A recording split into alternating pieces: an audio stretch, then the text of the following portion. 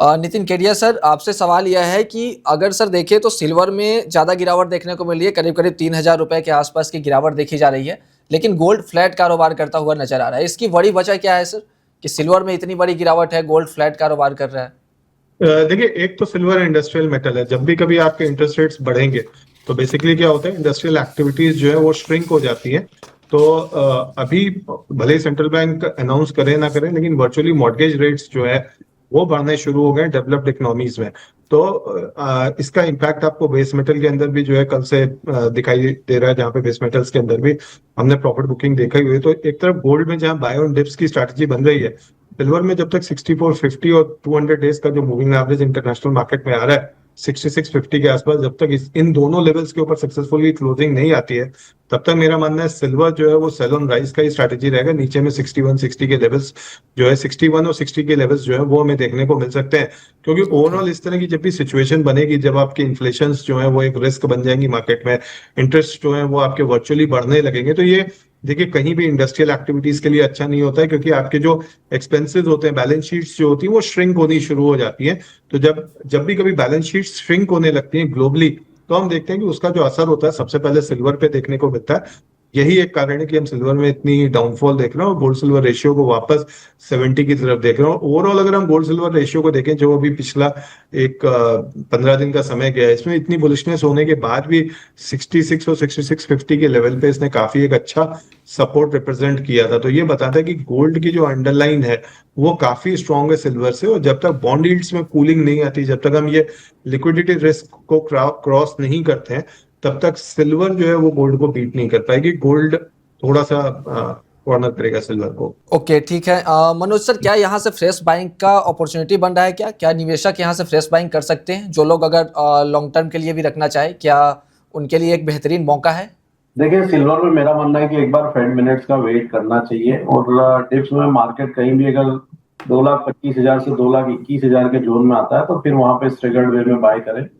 Long term के लिए बिल्कुल ट्रेंड यहाँ पे गोल्ड और सिल्वर दोनों का पॉजिटिव ही है, तो लंबी अवधि में यहाँ पे रिटर्न जो है वो देखने को मिलेंगे।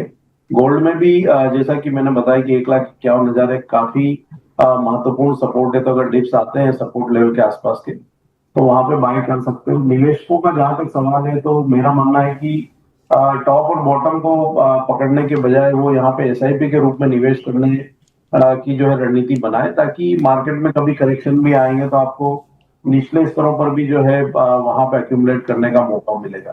तो निवेशकों को एसआईपी के रूप में यहाँ पे निवेश करने की सलाह रहेगी। होराइजन थोड़ा सा लंबा रखे, 1 से 2 वर्ष का, तो वहां पे बेहतर जो है रिटर्न्स लॉन्ग पोजीशन में बन सकते। ओके, क्या लग रहा है नितिन सर आपको, क्या लग रहा है कि यहाँ से फ्रेश बाइंग की जा सकती है या फिर थोड़ा और वेट करना चाहिए? देखिए, मतलब दिसंबर तक अगर मैं $5,000 का टारगेट लेके चल रहा हूँ तो गोल्ड में मुझे कोई हिकअप्स नहीं है फ्रेश बाइंग करने पे। इस लेवल पर्टिकुलर लेवल पे भी मुझे लगता है 25 से 30% की फ्रेश बाइंग जो है वो करंट लेवल्स पे की जा सकती है। जैसा मनोज जी ने कहा, अगर आप एसआईपी रखेंगे तो बहुत बेटर रहेगा। सिल्वर में थोड़ा सा अभी अवॉइड करूंगा, जब तक ये 200 दिन के मूविंग एवरेज के ऊपर क्लोजिंग नहीं दे देती है, तब तक मेरा मानना है कि सिल्वर से थोड़ा सा दूर रहना चाहिए। In fact what we have suggested is कि आप डिप्स में गोल्ड को बाय करिए। गोल्ड ऊपर जाता है 2 से 3%, 4% ऊपर जाता है, तो वहां पे आपने गोल्ड जितने वॉल्यूम में बाय किया है, सामने सिल्वर को ही आप उतना एक बार सेल कर दीजिए। सिल्वर वहां से थोड़ा बहुत डिक्लाइन दिखाती है 1% 2% का, तो उसको फिर आप वहां पे कवर कर सकते हो। तो दिस वे आप अपने प्रॉफिट्स को मैक्सिमाइज कर सकते हो। ओके, ठीक है। मनोज सर, क्या लग रहा है यह फिर से उसी दौर में गोल्ड सिल्वर लौटता नजर आ रहा है क्या, कि जब 4,20,000 के आसपास सिल्वर ने अपना हाई बनाया था और लोगों ने बाई कर लिया फॉर्मों में कि यहाँ से और तेजी आएगी, इसी तरह से फिर से 2,38,39,000 के आसपास गया और फिर लोगों ने बाई किया और उसके बाद फिर से गिरावट देखने को मिल रही है? देखिए, सोना और चांदी लंबी अवधि का अगर हम देखें तो एक स्ट्रक्चरल बुल रन में है, और जब भी ऐसे कोई पैराबोलिक मूव आते हैं उसके बाद वहां पे करेक्शन जो है वो भी डीपर जो है देखने को मिलते हैं, और वैसा ही हमने सोना और चांदी दोनों के साथ होते हुए देखा। चांदी बीइंग इंडस्ट्रियल मटेरियल, वहां पे पेन थोड़ा ज्यादा था, जो कि लगभग अपने उच्च स्तरों से लगभग 50% जो है भारतीय बाजारों में करेक्ट होती हुई नजर आई। इट डजंट मीन कि यहाँ पे जो लॉन्ग टर्म का ट्रेंड है वो बदल चुका है, अभी ऐसा कुछ नहीं हुआ है। क्योंकि अभी भी हम देख रहे हैं कि जो 80,000 85,000 का सिल्वर 2,30,000 के स्तर के करीब ट्रेड हो रहा है। तो अभी भी यहाँ पे निचले स्तरों से मार्केट ने जो बढ़त दिखाई थी वो उससे ऑलमोस्ट 100% से ऊपर जो है अपनी बढ़त को बरकरार रखे हुए हैं। लेकिन जब भी हम देखते हैं तो वहां पे कंपैरिजन हमेशा टॉप से होता है, इसलिए अपने को लगता है कि वहां पे बहुत ज्यादा गिरावट आ चुकी है और अब वापस से वो लेवल्स आएंगे कि नहीं। तो लंबी अवधि का ट्रेंड पॉजिटिव है, तुरंत आ जाएंगे ऐसा नहीं होगा, लेकिन अगर आप वहां पे 3 से 4 साल का होराइजन रख करके चल रहे हैं मार्केट में, तो बिल्कुल जो प्रीवियस हाइज है वो फिर एक बार वहां पे ब्रेक जो है होते हुए नजर आएंगे। ओके, कॉपर को लेकर क्या व्यू है सर आपका? इसमें भी करीब करीब आधे % के आसपास की गिरावट देखने को मिल रही है। अभी 1359 के आसपास कारोबार करता हुआ दिखाई दे रहा है। क्या सर यहाँ पे मौका बन सकता है? चार्ट क्या बता रहा है? देखिए, कॉपर में एक अच्छा पॉजिटिव मूव बना था और जो 1408 के आसपास वहां पे भारतीय बाजारों में रेजिस्टेंस था, लेकिन हमने 1401 से जो है ट्रेंड को रिवर्स करते हुए देखा। वहां पे 2-3 मुख्य जो चीजें हुई फंडामेंटली, एक तो हमने देखा कि जो यूएस कनाडा के ऊपर 50% टैरिफ लगाने वाला था वो उन्होंने डेफर्ड किया है। दूसरा, एलएमई में आज हमने देखा कि पिछले 2 दिनों से जो एलएमई वेयरहाउस स्टॉक है वहां पे बढ़त देखने को मिली है।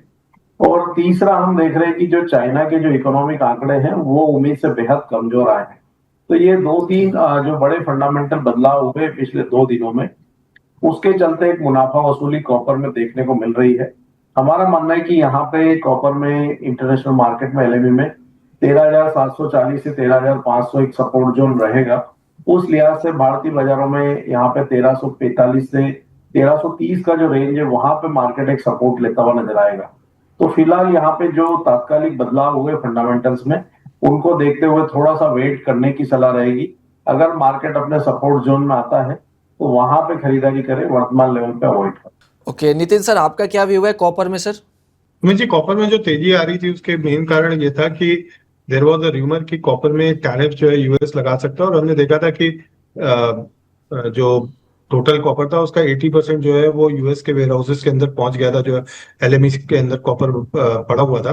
तो अब वो रूमर कहीं ना कहीं हल्का पड़ रहा है। दूसरा क्या है कि जो सप्लाई डेफिसिट था वो भाव में काउंट हो चुका है। तीसरा जो था, कल हमने देखा कि ट्रैफिकेरा से लेके तमाम बड़े ट्रेडर्स ने एलएमई के अंदर जो है मेटल की सप्लाई करी है। तो अब जब सीएमई का डेटा आएगा तब हमें पता चलेगा क्या ये जो मेटल है ये सीएमई टू एलएमई शिफ्ट हुआ है या किसी और वेयर हाउस से ट्रैफिकेरा ने या बाकी ट्रेडर्स ने इसको शिफ्ट किया है। इसी के साथ में एलएमई के अंदर कैश टू 3 मार्केट का जो बैकवर्डेशन $545 के आसपास चल रहा था वो $250 के आसपास आ गया। तो ये बता रहा है कि मार्केट में जो सप्लाई टाइटनेस थी कॉपर की वो धीरे धीरे कम होती जा रही है। और यही कारण है कि अपर लेवल्स पे अगर आप कॉपर का चार्ट देखेंगे तो लास्ट 3-4 दिन के अंदर जो है आप देखें तो उसमें एक तो आपको जो क्लोजिंग है वो लो के आसपास बनती हुई दिखाई दे रही है और एक डोजी भी बनते हुए हमने देखा था। तो मेरा मानना है कि हो सकता है कि अभी हाल फिलहाल में 1380 से 1400 का जो जोन है वो एक जोन में हम एक रेजिस्टेंस बनते हुए देखें, और जब तक 1400 के ऊपर क्लोजिंग नहीं आ जाती मुझे लगता है कि कॉपर अब नई तेजी नहीं बनाएगा, और इसको हम एक कंसोलिडेशन फेज में देखेंगे जहां नीचे में 1330 का लेवल रहेगा और ऊपर में 1380-90 का, जिस रेंज में ये ट्रेड करेगा।